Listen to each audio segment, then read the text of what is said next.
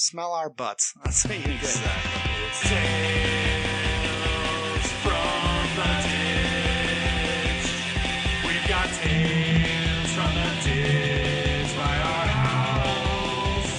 It's Tales from the Ditch. Welcome to Tales from the Ditch. It's me, Sean, and I'm here with Seth, as always. Ahoy, ahoy.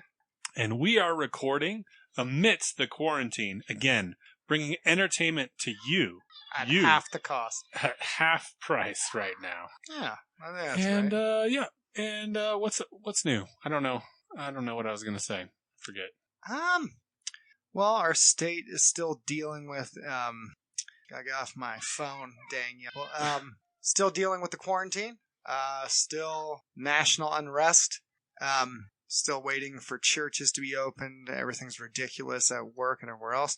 But I've been playing RPGs. I got to go to Tahoe. Lots of things going on.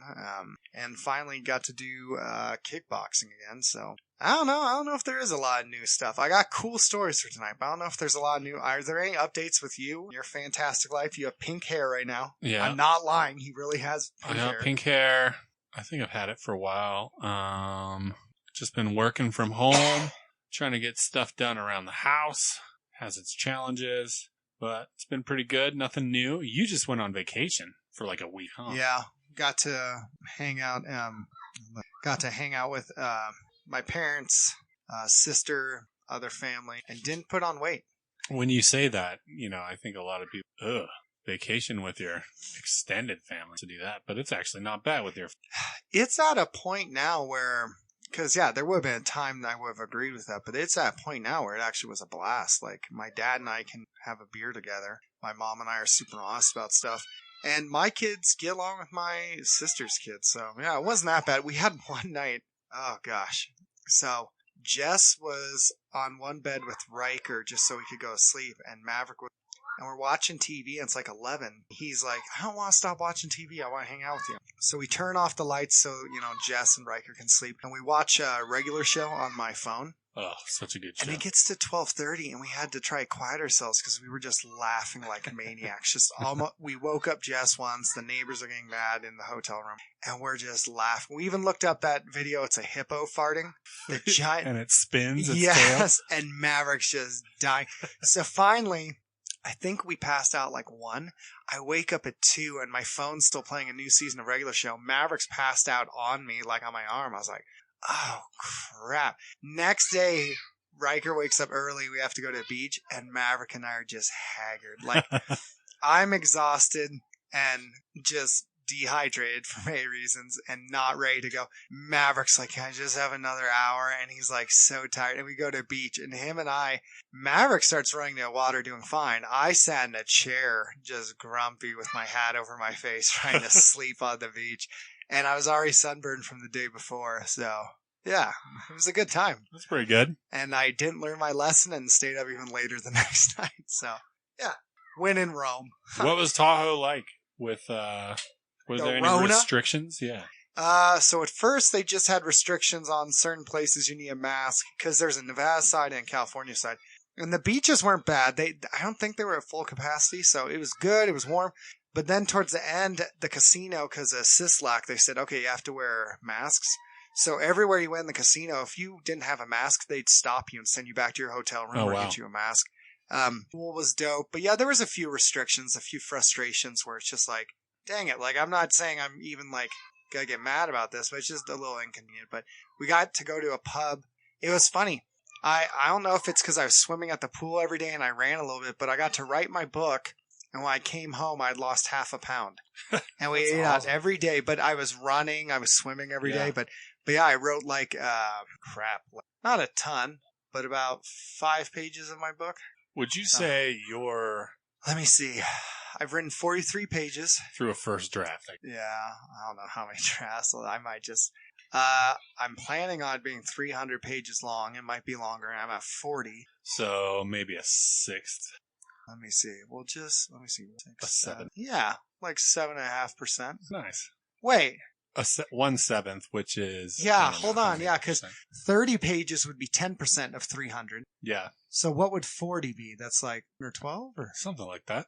Yeah, so about let's just say 12% done. Nice. So I'll probably have it done by February or something like that. Dude, that'll be Yeah. awesome. Yeah, it's been interesting writing. I know you've been doing a little long. Another guy in my Bible study is writing too. Really? I've been sharing. Dude, his stuff is trippy. Really? He bases, so some of it is like interesting fiction he's just come up with on his own, but some of the stuff he based on nightmares he's had. Oh, gosh. And it's crazy where I'm like, why do you do this? What is going on before you go to bed? So, but yeah, I've been talking to a few writers. I have a friend in Texas who's writing a book. They've all come out of the woodwork now that I brought up. I found out Jim Williams wrote short stories. Really? He contacted me, respond to a post I had. He said, oh yeah, I've written these short stories. And I'm trying to convince my mom to write her book, and she might do it. I said I'll help her. That would be awesome. But yeah. Now, here's the thing about book writing. Yes. For you and me. We're not good, right? We're not educated. When was the last time you took an English class in the highest level? Oh. You took poetry. The last class that had anything to do with the language I speak was poetry, 18 years. Yeah. I've never done anything. I'm the same. I don't think I've taken an English class since, a little class called Language Arts. Remember that? So I really, I'm having to Google, how does dialogue work again? Do you use a period or a comma? Or, what's a metaphor and what's an analogy? I don't know. All kinds of crazy stuff and, what's permissible. Yeah. And I realize that because I am such an artistic person that I can't conform to the rules of writing. You know what I mean? And we were talking about this a little bit. It's when you have a character who's thinking, in quotes, do you put it in italics? What do you do? And the answer is, I think you do whatever you want, but I don't know how that's going to play out, if it's going to be commercially successful. But the whole thing is... That's what editors are for, though. You're fine. Yeah, exactly. Just say, if they go, well, he didn't do this in this structure and he didn't follow this rule, you go, exactly. And they go, oh my gosh, he is crazier than Chuck Palahniuk. You're so edgy. And really, we're just not educated. Yeah, exactly. I don't know what I'm doing. So I think, it could come out and it could be so terrible. And people can be, we're kind of embarrassed. But it doesn't matter, because I wrote a book. And you didn't. Or most of you. Those of you that did and it was good for you. Yeah. Smell our butts. That's what you get. Exactly. No, all right. Here's the thing. One, I think your writing's fantastic. And there have been plenty of guys I've read who don't necessarily follow the rule and, rules, and they still write a good book. And there's other guys who I've seen, wow, that's really formulaic, and you're repeating the same word over and over. And yet I didn't notice when I was reading the book because I enjoyed the story so much. So it's right. I think the main thing is just, do you have a coherent story that people can at least follow and go, okay, I know what they're saying? Yeah. Or are they going to read and go, what the hell is going on? What's even the point of this? What does it connect to? I don't even know if there was a plot. Yeah. You have to have... My book might turn out that way. You could mix stuff up, but you have to at least think, I've been doing outlines where I go, okay, well, would this character respond that way? And then I go, okay, wait. I have to think, does it make sense they did that? Because I had one thing where I had this guy meet an agent in my book, and someone sets off a car bomb by the shop, and they're talking, and then about to go, and I go, wait, they never actually addressed why I wanted to meet him. Why he was sitting there, I said, waiting for this guy. I have to have a reason for that. Why would he need to? Right. I mean, he didn't just show up and go, oh, you almost got killed. See ya. So I had to, you need to catch stuff. I'm not saying it'll be perfect, but sometimes just reading over a second and third time, you can go, yeah, that's a plot hole right there. Where I went, wait. Even the geography, I go, wait. Last place I said they were going uphill. The place after I said they were climbing a mountain. If I say again, okay, they went up this new mountain, I go, how high up does this freaking world go? So what I do, I said there's a drop off at the end of forest and goes into a valley floor. Yeah. You got to be aware of that too. If a reader goes, why are they always going up a mountain? And yeah, it never continuity. Ends. There has to be. I've seen Michael Bay films that aren't, that don't explain things. No, like that. Michael Bay. I think it's a fictional world for me. So yeah, there's got to be things that scientifically aren't real because they're fantasy. But there is such a thing of still though, basic logic. It needs to make sense because people go, well, who cares? It's fantasy. No, I get Gandalf has magic. Right. But even in a fantasy world though, there's still human brains and logic and thinking. You need to have something that, hey, in your world, this still logically makes sense. They would do it. Because you can't just go, oh, well, it's fantasy. I go, well, no, sometimes it's fantasy. Sometimes it's a plot hole. Sometimes it's, you didn't think that. You wrote that guy completely out of character. He's never acted like that before in the book. And you forced him to because you wanted this scene to happen. Yeah, exactly. Because I've seen it before where they have Professor X written a certain way, or Wolverine, or even Batman, and I go, why is he acting like that? This is completely off character. So the fantasy part is fine where science and certain things get bent, but normal human logic still needs to work of why would this person respond this way? Right. And it just, writers get super pissed. I get because it's their baby. And they go, well, you just don't appreciate it. I go, well, or maybe it's fine. Maybe you just didn't catch it. Yeah. Just say that. That's Yeah. fine. There's been stuff where I go, yeah, I don't think I thought about that. I go, that's fine. So. All right. Well, the main reason for this podcast is you're on vacation, Yes. chatting up your dad. Mm-hmm. Shopping it up. Which is kind of crazy because your dad's not the most talkative guy. But you said you had some crazy conversations with him. Some like, oh my gosh. Yeah. So those who don't know, yeah. No, I think that's a perfect description. For those who don't know, like Opa is the Dutch version of Grandpa. So my dad was telling me about him. So he started out, I want to say my Opa's dad died at like, he was 13, something like that. My dad was telling me how he like fell in this river. I think it was during winter or something. No one was around, so he had to pull himself out. He was like 8 or 9. Grows up, Nazis invade, so he's hiding in basements, trying not to starve, trying not to die. Gets old enough and, wants to join the fight. So he eventually ends up in Indonesia to oppose the Japanese. Before he goes there, though, he goes to England for special training, which is intelligence training. So he trained with British intelligence. So he shows up, Indonesia, and I'm not sure of all the timelines of like, was he doing this first or that? But I know this. I know he was in Indonesia, and some of the details he didn't tell my dad on purpose. He still couldn't talk about, to his death. I know he went to Indonesia. I know he trained with British intelligence, and that was the work he did there. And I know at some point, too, he was also a point. So one of the stories my dad told me was a point man, he'd go ahead and basically see where the soldiers were, the enemy. At one point, he was out in front, and they're trying to place them to know where the enemies are so troops behind him can move forward. And I guess a bullet flies right by him, like he hears it, whistle past his ear, and hits the guy next to him, kills him, like immediately, right through the head. So he was a point man at one time against the Japanese. The intelligence piece, he was walking around in civilian clothes and a sidearm. And he knew the language. He knew the people. It's funny, too, because when my dad tried to ask him, all he'd say about Indonesia is he goes, it was a beautiful country. I loved it. It was a Dutch colony, I believe, at the time. Oh, really? So lots of stuff like that. He was just an interesting dude. So many things. And I never even got to meet him. I've just heard like the legend.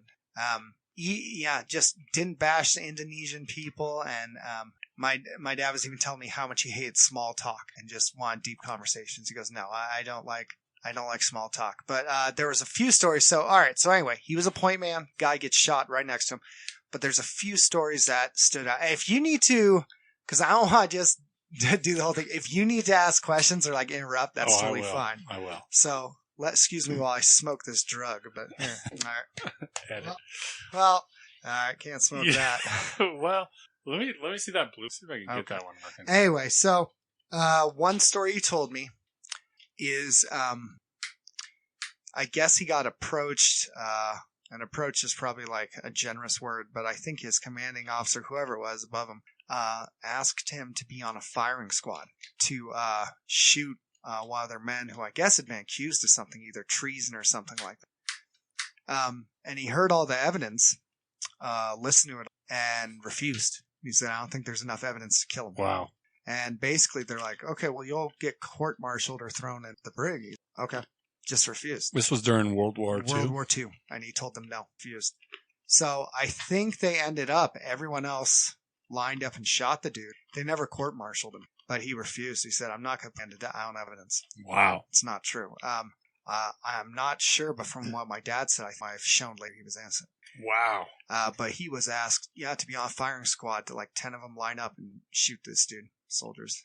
That's crazy. So, I think he was like, I might be wrong on this. 22 at the time, 3. Jeez. So, but he saw a lot of stuff. I mean, he saw the Nazis invade. He saw, he said one time he was sitting on a roof, I think, playing with his friends, I think, and the planes are come by and they're seeing the bombs drop. So they went to go hide. And one of them, I think, hit the house. But like a bunch of their neighbors, yeah, like, oh, that's my neighbor's corpse burning. Just intense stuff. And you're seeing this as a teenager.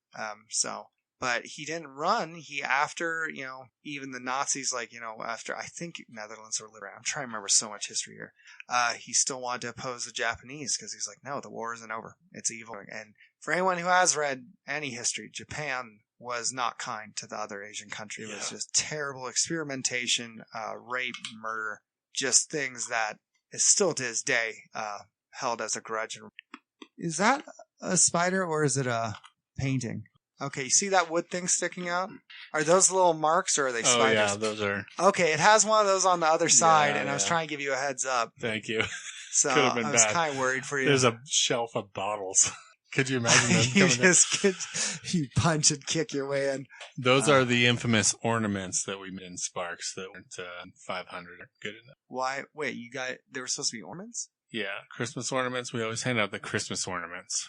Remember? Oh. And this is a lovely Reno thing. There's the difference between the fancy Reno church, who has all the money and resources and all of that, and the Sparks church, who just kind of gets the direction of where to go and figure it out. And of course, it's it's a smaller church, so it makes sense. Either way, they said we had this big meeting. And they said, hey, we're gonna do these ornaments where we just cut some squares of wood and put a stamp on them, drill a hole, tie it with a little leather piece, and call it good. And I said, great. And I got on it so fast because the Christmas ornaments have always been the night before we're making them. All the elders are in somebody's garage making them. And I was like, finally, I got these ornaments made in time. And I bring this big box of them. And Kyle looks at him and he says, Kyle was the pastor at the time at Sparks Church. He says, we can't give, these look terrible.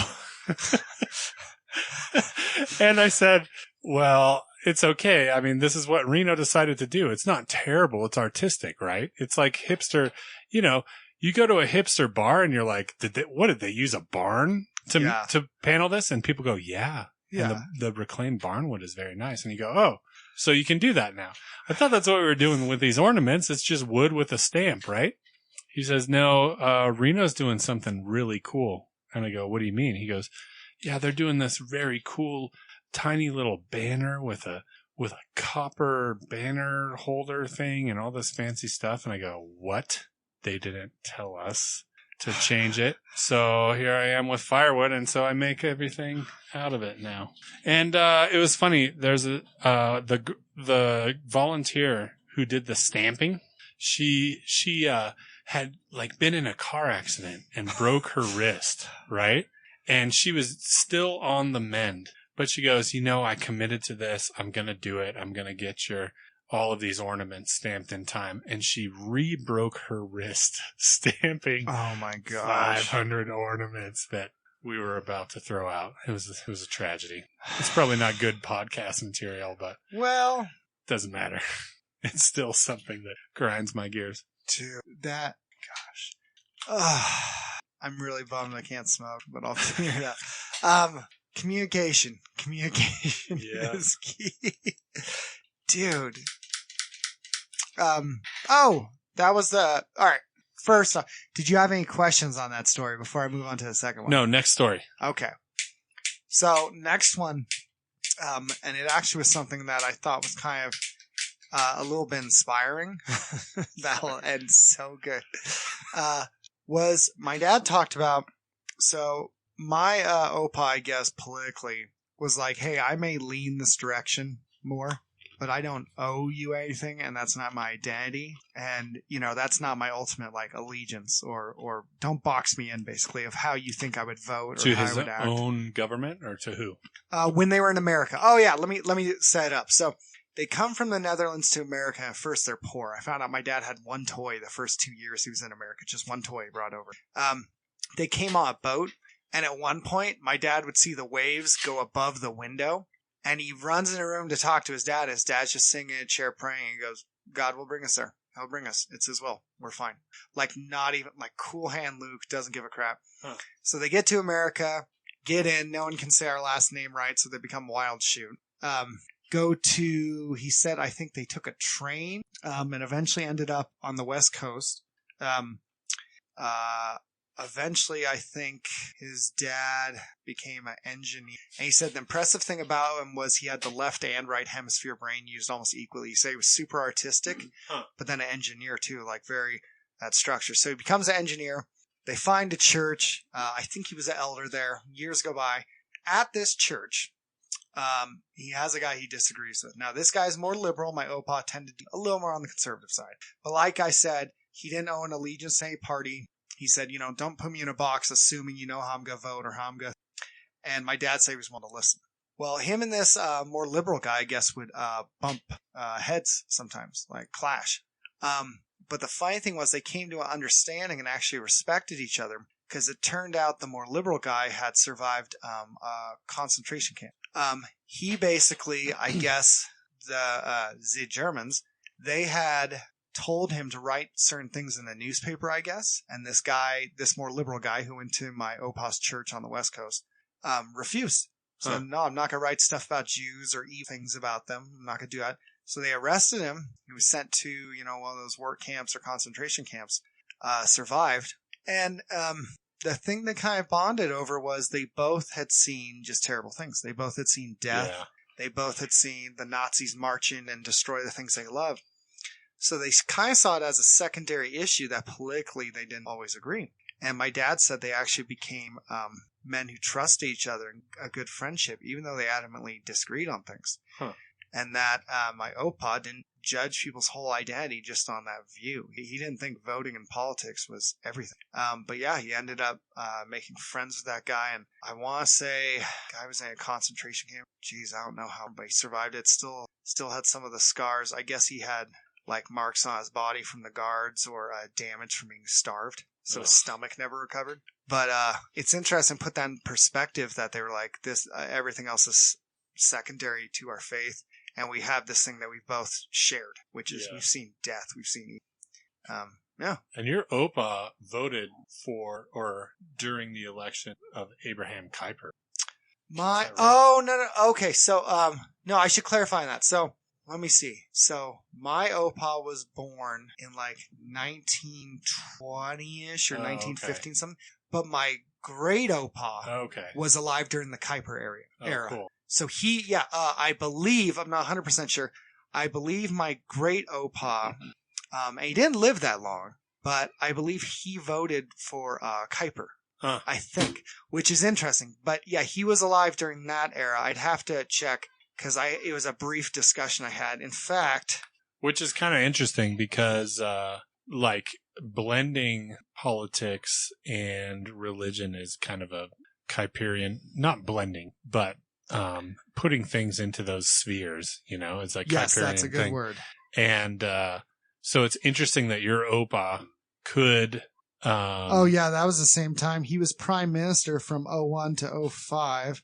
Okay. Let me see. Oh, I thought he was 1800s for some reason. Nope, 1901 to 1905. Oh, wow.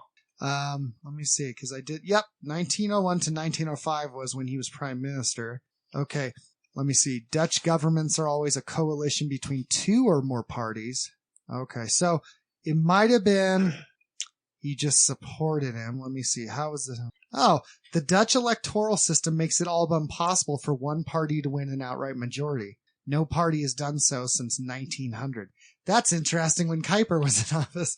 But either way, yeah, it was either, and it was a brief discussion I had, either he voted for him or he supported him. Because I'm not sure what the politics were back then of how they picked prime minister. But think of that. He would have had one of those like papers or something like, I'm with Abraham Kuyper. Right. And I find that interesting because also he would have lived not far from him. So, right. But yeah, it's so weird. It'd be like, If we said, oh, well, yeah, this guy just went to school with C.S. Lewis or something, or this guy supported Luther when he was trying to become a priest, and you go, but these were real men in a real, era. But yeah, I believe Kuiper only had one term in the Netherlands. But yeah, that would have been my great Opa. And I think my great Opa, that's the crazy thing. He died at like 40. Jeez. So he died at 40. My Opa died at 55. My dad has made it, surprisingly, even with a heart attack and stuff like that. But yeah, that's awesome. But he was an interesting dude. He even had time at the doctor's office. His right arm, like the forearm, they go, oh, this didn't heal right. So they just broke it again right there. Didn't even put stuff in, like didn't even warn him. And he just went, and like took it. Gosh. So he was just a freaking madman, dude. Just wasn't even the biggest dude, but like my dad was telling me stories of how when his older brother would get picked on, he'd jump in on the fight on the guy's back and start choking him or punching him. And this is before training. So if you imagine after intelligence, he knew probably 4 or 5 languages, had intelligence training, firearm training, espionage, and then and then became an elder at church. Even had a bad PTSD. There was a story someone slammed a door and he dove under the coffee table. Just out of fear, because it was in the middle of a party, but he just dove. So, but back then not a lot of treatment, not a lot of answers for PT. It was just, well, you're sad, well, you're shell shocked. But yeah, died at 55. And his wife, my Oma, lived here 91. Huh. So, yeah. It's all genes. He had them apple bottom jeans hiding his little Dutch potatoes. Yeah. Yeah. Do you know it's a real thing? Little Dutch potatoes. No. That's a real thing. You could buy them. Little Dutch potatoes. They're called Little Dutch? It's Little a Dutch brand? potato. Little Dutch? Or a style? No, it's a style. Well, it's probably named too, but they're called Dutch potatoes. My wife always goes, Little Dutch potatoes, and like brings them out. But like, she's going to hate I did that. But yeah, there are these tiny little potatoes that I make jokes about. Yeah, Dutch potatoes. I like little potatoes. Everyone. Well, if you like French fries, you like little potatoes. So. Exactly. But yeah. So I thought that was interesting. That's crazy. And the fact that he hated, so here's the other thing. He hated that Hollywood glamorized war movies. He didn't let my dad watch that. He said, this isn't entertainment. And my dad, I guess, would be like, no, but they're kicking butt and they're doing this. And his dad would look at him and go, that's not how it is. Huh. He refused to tell him how many kills he had, which some of them would have been close quarters. Yeah. He refused to talk about how many people he lost, but it was a lot. And I want to say he said there was major damage to their neighborhood from just the Germans destroying it, so that there was nothing left. So it was America. That's the option. You know, economy, they're the heroes at the time. So head to America, had to get better with the language, and just did not quit. Was just a guy who had seen terrible things and yet had like a strong faith. Surprisingly, did not. Yeah, I don't know if I've known that. Like, I mean, I've heard stories about him. He was just interesting. So, yeah. They ended up in California, huh? Of all places. West Coast. You know why? Similar? Is it a similar environment, maybe, to the Netherlands? Well, I mean... Grass. You could dikes. make the argument of maybe it's more like that, because if I haven't been to the East Coast, because I think of the East Coast as a little harsher weather. Yeah, garbage everywhere, mean people. The trees are all dead all the time. I just wonder what water's was dirty. the East Coast like though. I wonder, was it like that in the 50s? I don't know. There's more room in California, more manifest any type of opportunities. I wonder too if it was finishing up education or stuff like that. But at some point he did engine. Yeah, he It's odd, that whole generation, because my dad even brought up each generation has its challenge with raising kids and bridging that gap, because for him it was survival. It's just survival. That's like, it's very utilitarian. It's just making it. That's what life is. Well, then my dad, Vietnam comes, and he cares about weed and rock and roll. And that generation needs more things, needs different things of, I don't just want to survive. I want to live. Right, yeah. I don't want to just survive the Great Depression. Like, I want to live. And then you fast forward, my dad raising us, and it's, well, do you love me? Do you give a crap about me? What about my emotional needs? What about my dreams? It's like, I don't know that my Opa was sitting him down going like, well, what do you dream of? I think it was like, no, you got to get a job. You got to survive. And I get it. If you live through a depression, you're looking, no, we just need to eat. We just need a house. We need a roof over our head. So it's interesting that was a struggle between his dad and him. That was a struggle between me and my dad, as well as my brother. And the same thing here now. We're going to have to see, okay, well, what do our sons require? And will we be able to meet that? Because, yeah, you saw that. What a shift that was from Vietnam and World War II, of public opinion even. And then how much filming there was. Yeah. So, yeah, but I don't want to take up the whole time. Any thoughts, ideas? I'm just curious, like, now that you bring up your dad, I don't know a ton about your dad. Jack and the Crack. That's what we always first call thing. He was, like you said, he plays guitar. Here's what I know of your dad. He's like definitely that boomer generation. Yeah. But he was probably at some point kind of like hippie-ish, maybe a little bit. He had a full beard and hair down to his shoulders. Yeah. Yeah. Yeah. And he like plays guitar, and he has this fancy love story with your mom, and he sold his guitar to buy her a piano, and that's true. Yeah. He's that kind of a guy, cool. And he's always just been very easygoing and cool, maybe a little melancholy. And I would agree with that, yeah. And and we've talked about this before, but it seems so different from how you describe your Opa. Like totally different. Do you think there was a pendulum swing there, or just different times? What do you think that was about? Well, let me say, I would mostly agree with it. Like, my dad was easygoing until he wasn't. Just because I think navigating being a husband, dad, and lots of factors, he definitely had his, I would say I get my temper from him. Yeah. Definitely.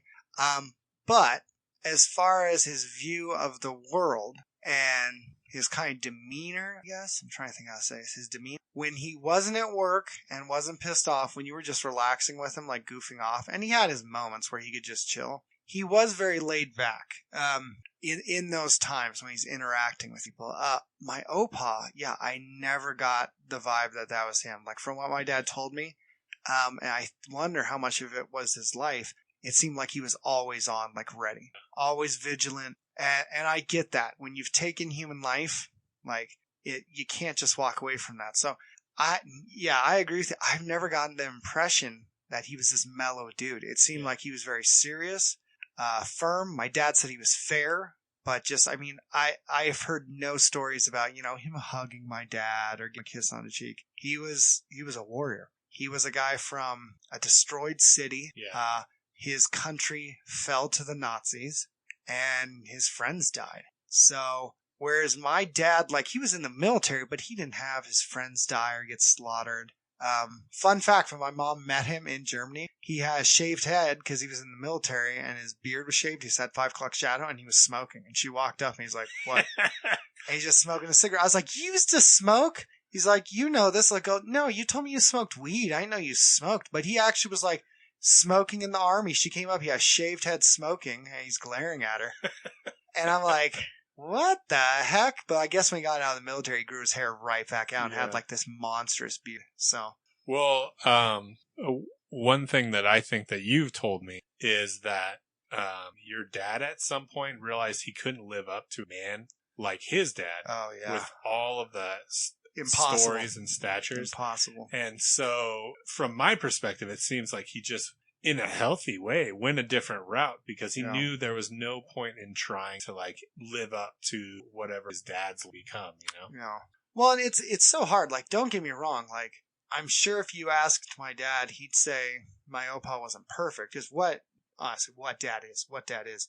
But there's a difference between imperfect and a deadbeat dad or abusive dad. So he has imperfections, but the way my dad talks about him, I've been waiting years for like a crack in the armor or, something to come out. No, my dad's always said like, no, he was the man. He was just, man, it's overused, but just this crazy generation. Just to be that young and have to see those things.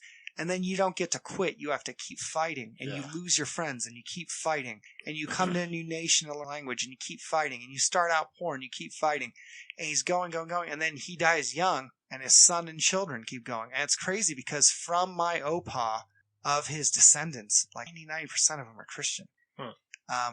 And it's interesting because he could have been so mad, said, God, why did my dad die when I'm 13? Why did the Nazis invade? Yeah. Why are my friends dead?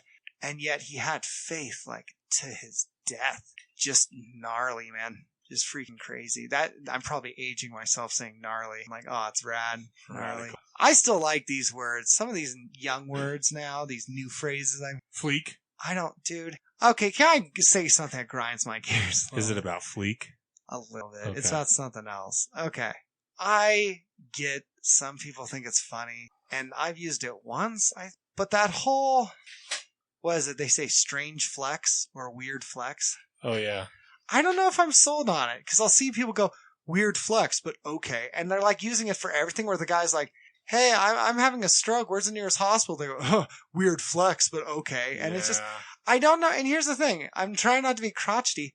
Maybe it's cool. I'm just not sold on it. I don't know if I like it yet. I like flex. I like the term flex to refer to when you flex those on someone. that do, yeah. Yeah. I think that's a good one. I don't know where the strange flex but okay happened. I saw it used once, and I was like, oh, that's really good. That fits. But I didn't realize it was like a reusable saying, and that makes me not like it. It's like, well, I see people using it all the time where they go, oh, weird flex, but okay. And I've replied to them. I'm like, you don't even know what the discussion was, did you? You really just jumped in this conversation. Right. Like they jump into a comment section just so they could post that and let everyone see it. And I don't know. You're so bad. Dude, I kind of see now sometimes why people are generations, like just a little bit, where I go, oh, that's so lame. How can you be older and judge these people younger than you? And now I see some stuff. I go, I'm definitely judging. Like, yeah, no, I get it. I get a little crotchety. Here's the thing that I've noticed is the tendency is to get fed up with some things from a generation and then write them all off, right? And that's what, like, I think our parents did. They said, the damn kids with the video games, and now nothing that they have to say is important, right?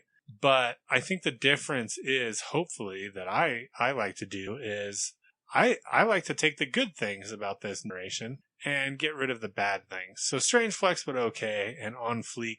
Yeet, I kind of like, because it's a bit of an onomatopoeia, I would say. Is it? I think it's like, yeah, if you're like throwing something really far away, you almost say yeet. You know what? It kind of is. So I'm okay with that one. But, yeah, like some of the Instagram story culture and the GIFs. I remember GIFs were, when GIFs were underutilized, you know? Yes. When they weren't built into your phone. And, I think there was a little more meaning to them then. And now it's they were a little more rare. Yeah. And like people would have to make them. You'd have to make a GIF, you know? You couldn't have like a generator. They have those now. Yeah, exactly. So, I think some of that stuff, but there's some contributions to society that this generation had, which I think are invaluable. Trying to think of some, can't think of many. Run the Jewels is one. Yes.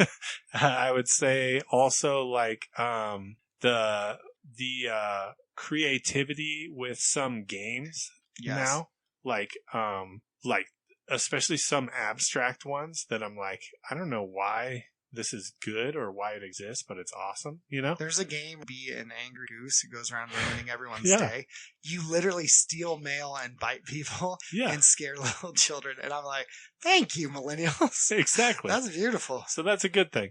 But yeah, there's a lot of crap. I get it. I think with any generation, if you just do these broad statements, it's not helpful. That was every generation, because not everyone's going to fit stereotypes. And I'd say this, with every generation, they have contributions. I don't care who it is. So every generation, I'm sure there's stuff you can look and go, what are you guys doing? Why are you responding this way? And with every generation, you can go, wow, that's kind of creative. You did that, or that's really helpful. And I think every generation has blind spots towards someone else. Yeah. I think older generations have things that are true that millennials should listen to. And I think there's places they have blind spots where they're not seeing, hey, you're kind of being overly critical or missing some nuance. And some of the stuff you're even saying about them isn't even true. It's a stereotype, and you're even misrepresenting some of their approaches and ideas, and you're not listening. You're just going, well, that's how they all are. And the opposite is true. I think there's stuff where, yeah, millennials are right to go like, okay, boomer. Like some stuff, Yeah. like that some phrase, stuff sometimes is you stupid. go, there are Karens out there. Yes. Like there are. And then there's other stuff I go, but to be fair, it is true that you don't know everything.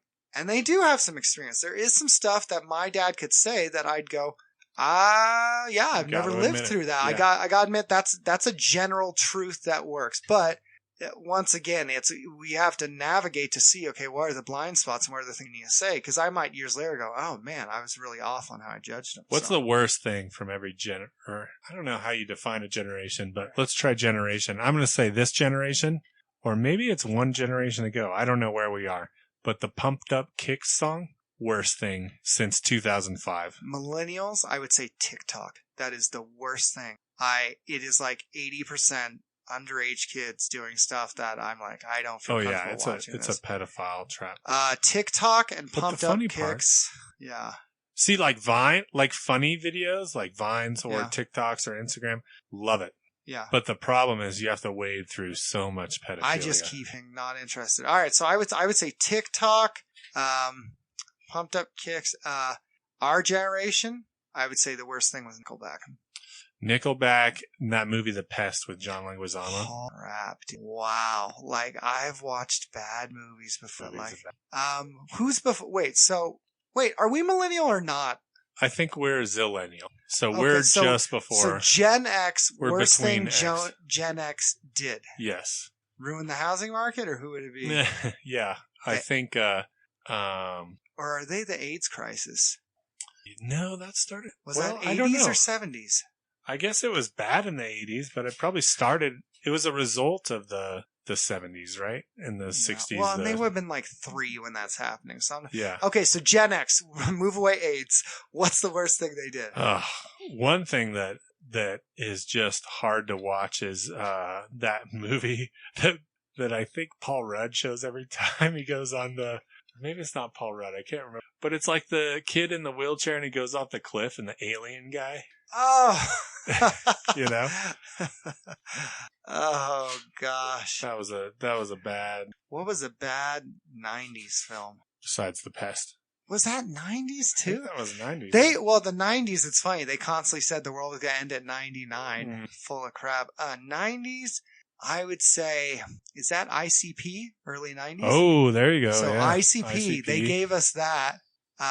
And also emotionally disengaged and didn't raise kids well. So yeah, screw you. 70s, what resulted in the weird cold. So baby boomers is what year to what year? That's 79 post World War to II 50. to so I would say Jim Crow was the worst thing they Yeah, did. that was pretty bad. Yeah. So I also don't yeah. like the cars from about 1920 to 1960. I think everything in Hot August Nights, I think is the least attractive vehicle. Really? I think they look so dumb. I've never heard this before. They I go, don't know if I've "Oh, ever look at thought this. about it." Look at these round, pointy brake lights. I'm like, that's stupid. It's Yeah. not cool.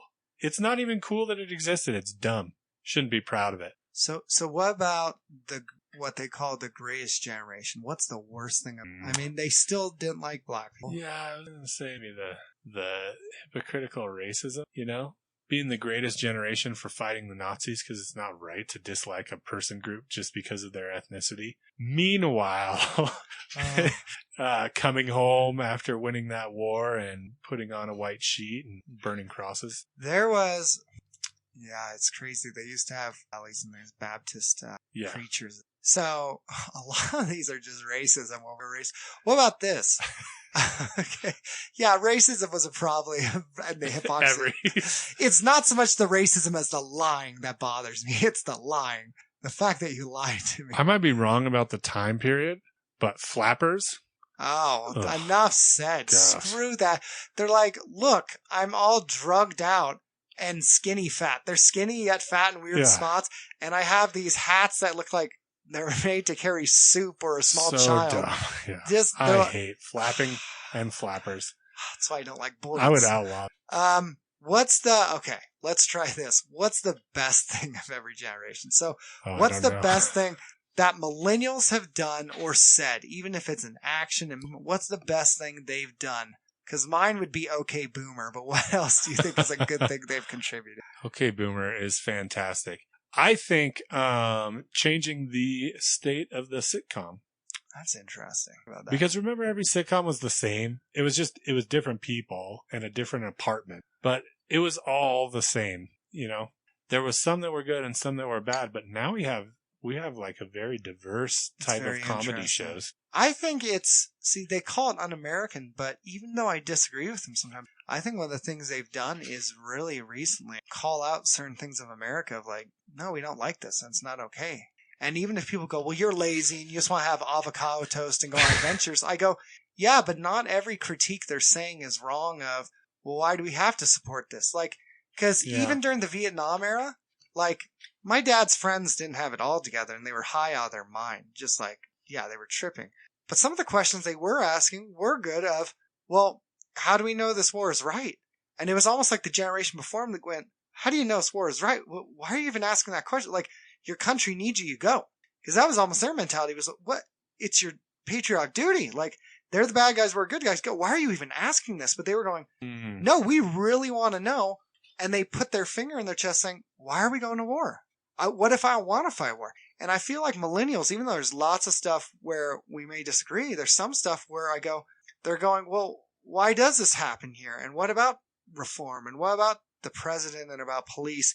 And even if they don't always go about the right way, they're again pointing their finger going, poking the nation in the chest saying, well, why do we have to do this? And what if we don't want to? What if we think your retirement system failed us? What if we think the housing market is stupid? What if we think, yeah, we want to go travel in other countries because you've told us all we're going to do is work at a job we hate till we die. So we're going to go travel. I just feel like they're poking like the whole Karen thing. They go, yeah, these white women who call the cops, they were the ones who kind of poked that bear saying, yeah, what's with all these wealthy white women who are always calling the police? And it was, a lot of people from the black community who brought it up. And addressed it. But many of them were young black people who would be seen as millennials. I just kind of appreciate that a little bit of, I think it's good to have a nation where people are kind of poking us in the chest every now and then saying, says who? Why are we doing this? What's kind of the point? I don't know. That and Okay Boomer and sitcoms. And Black Twitter. Black Twitter is a Irish gift Twitter. from God. Yeah. Oh, Irish Twitter. Gosh. What did Generation X do that was good? Well, let's start with our generation. So, is it Zillennial, yeah. Yeah, what? X through Gen X. What have us and Gen X done? That's... Gen X was Nirvana. A hard time. Yeah, I mean, I guess grunge. But I don't like grunge. I mean, actually, I liked Nirvana, but I don't I hate Pearl Jam. I know, you weren't a big fan of them. Soundgarden. Oh, yeah. Ugh. Black Hole Buns. That Rusty Cage song was great by Soundgarden, but everything else is terrible. The 3DO. That system. Hey, speaking of Nirvana, actually, I remember staying the night at your house on, I think it was April 20th, 1990. I was staying the night, and we were on your pull-out sofa bed in the living room on Lenwood. And we were hanging there, probably trying to de-scramble Channel 61. Yes. And your brother comes home and just kind of inserts himself on the bed, takes the remote, starts changing. Yeah. And we watched a couple shows together. The Soup, the original Soup, if you remember, with the guy with the white thing in his hair. It's Craig something. Yeah, that guy was great. Anyways, The Soup back in the day was so good. Anyways, we ended up watching MTV News. Kurt Loder comes on and says Kurt Cobain's dead. Yeah. And your brother's instinct, this was always the craziest thing to me, and I still am. His first instinct was to go and wake up your dad, which was a big deal because your dad worked graveyard. Yes, his shift sucked. Yeah. Or swing or something, and it was always different, and that was the most important thing. Anytime I came over to your house was wake Jake. It was like a game. Be as loud as you can without waking him up.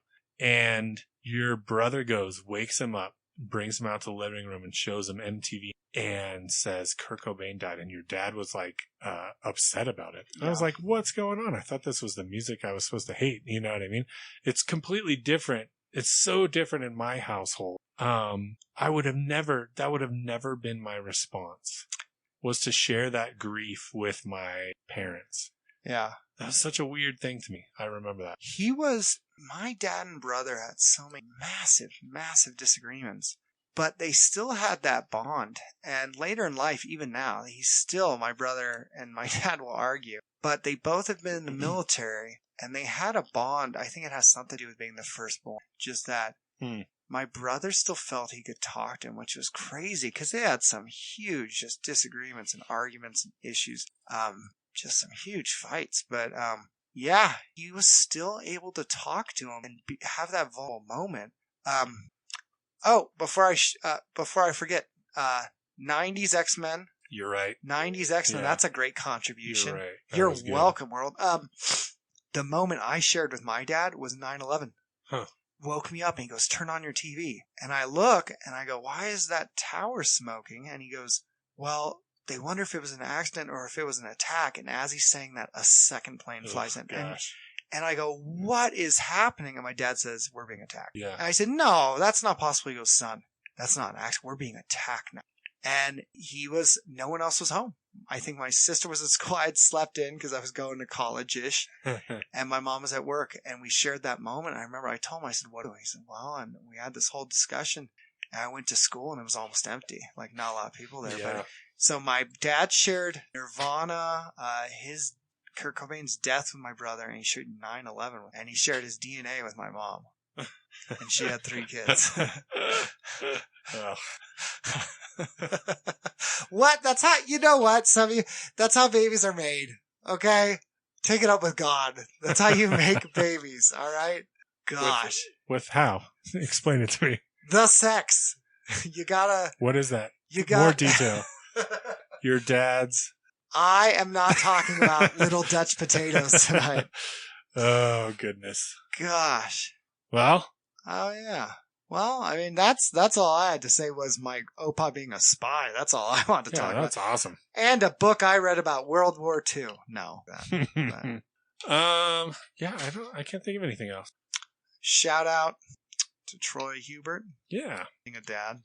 Being a dad and getting an awesome position lately. Awesome job. Shout out to my cop friend in Elko who I had a good talk with. He actually was helping people keep safe who were protesting. That's cool. So it was really cool. Shout out to Tupac. I know you're still alive. You're out there. There's gonna be a new song. I wrote the song next. a long time ago. Oh gosh. Anyway, yeah, I got nothing else. Legitimately, I'm quitting this podcast. I've said every word I will ever say. The book's going great though. I've written 12% of the book, so awesome. A lot of work. Yep. I really wish I could just cheat and hire a ghostwriter. Yeah, right. Shout out to Ron and Keel for reopening. Yes. For always giving us such great deals and whiskey. Shout out to whiskey. Shout out to whiskey. Reno State Kickboxing is having classes again. Following all the guidelines. They're having classes. Yeah. Yeah. No. So, if you got any complaints, send them to talesfromditch@gmail.com. Will not answer them. Or questions, because obviously some of you are captivated by what we say and get really mad over certain things. Like, I don't know, like if there was a band called, the